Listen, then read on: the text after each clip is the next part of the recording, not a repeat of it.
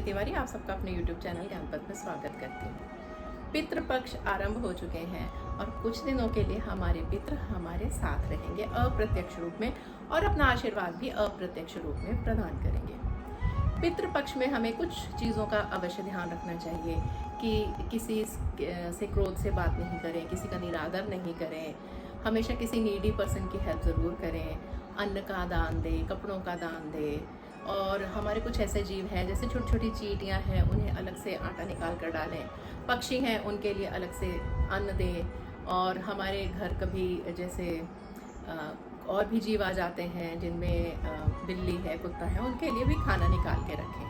कहते हैं ना कि न जाने किस रूप में नारायण आ जाएं, इसी तरह हमें अगर हम दान देते हैं तो उस दान का फल भी हमें बहुत अच्छा मिलता है आशीर्वाद के रूप में, चाहे वो किसी भी रूप में आए। फ्रेंड्स, हमारे वैदिक संस्कृति और हमारी क्लासिकल संस्कृति में दान का बहुत महत्व है। बहुत सारे ऋषि मुनियों और राजा महाराजाओं का वर्णन मिलता है कि जिन्होंने जनहित के लिए अपना सब कुछ दान दे दिया, जिसमें से एक नाम आता है अंगराज कर्ण का।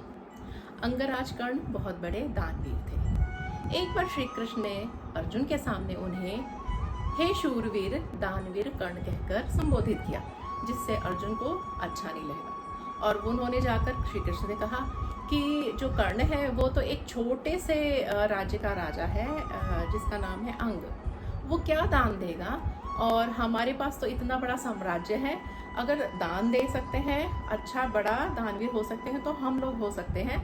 आपने उसको दानवीर कर्ण के नाम से संबोधित किया और शूरवीर कहा, मैं तो उससे बड़ा शूरवीर हूँ।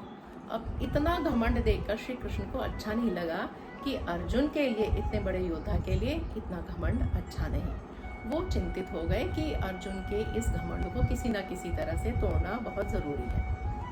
कुछ समय व्यतीत हुआ, वर्षा ऋतु का आगमन हुआ।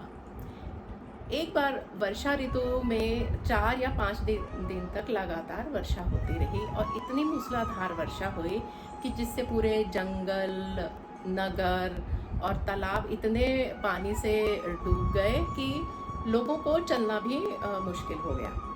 उतने में एक ग्रामीण युवक अर्जुन के पास आता है और कहता है कि मेरे पिताजी का स्वर्गवास हो गया है, उनकी चिता के लिए चंदन की लकड़ियां नहीं हैं। कृपया आप इतने बड़े शूरवीर हैं, दानी हैं, तो मुझे चंदन की लकड़ियों की व्यवस्था करके दें जिससे मैं अपने पिताजी का अंतिम संस्कार कर सकूं। अब अर्जुन ने कहा, अरे तुम देखते नहीं हो कि इतनी मूसलाधार बारिश हुई है, पिछले 10 दिनों में इतना पानी बरस रहा है कि घर से बाहर निकलना बहुत मुश्किल हो गया है, और देखो तो सारे पेड़ पौधे तो सब गीले हैं, उनको कैसे काट सकते हैं, तो मैं अभी आपको चंदन की लकड़ियाँ नहीं दे सकता, और अभी आप जाइए, मैं फिर बाद में दूंगा। वो ये सुनकर जैसे ही लौटने लगते हैं तो श्री कृष्ण से बुलाते हैं कि रुको, तुम जाओ अंगराज कर्ण के पास, वो तुम्हारी सहायता अवश्य करेंगे।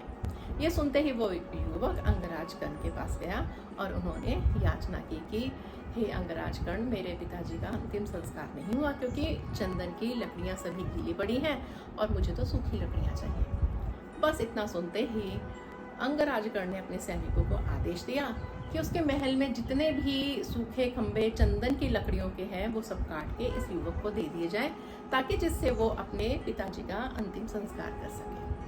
सैनिक वैसे ही करते हैं और जैसे वो सब लकड़ियों के ढेर इकट्ठे हो जाते हैं और अंगराज कर्ण अपने सैनिकों को आदेश देते हैं कि उसके स्थान पर छोड़ दिया जाए। अब ये बात जो थी ये जंगल में आग की तरह पूरे जगह फैल गई कि दानवीर कर्ण ने उस गरीब युवक की सहायता के लिए अपने महल के चंदन के खंभे तक कटवा दिए।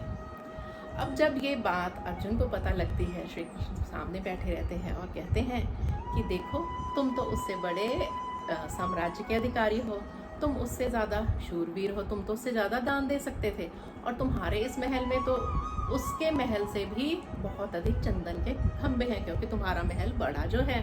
लेकिन तब भी तुम्हारे दिमाग में दान देने की बात नहीं आई, क्योंकि ये जो कला है, ये गुण अंगराज कर्ण के पास ही है।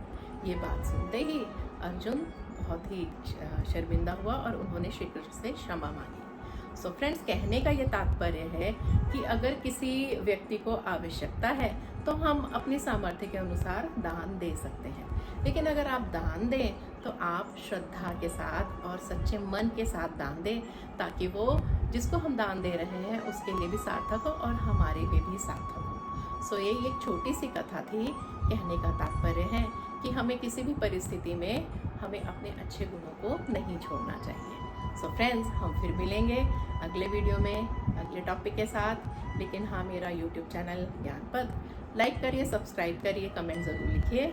फिर मिलेंगे। जय श्री कृष्ण, राधे राधे।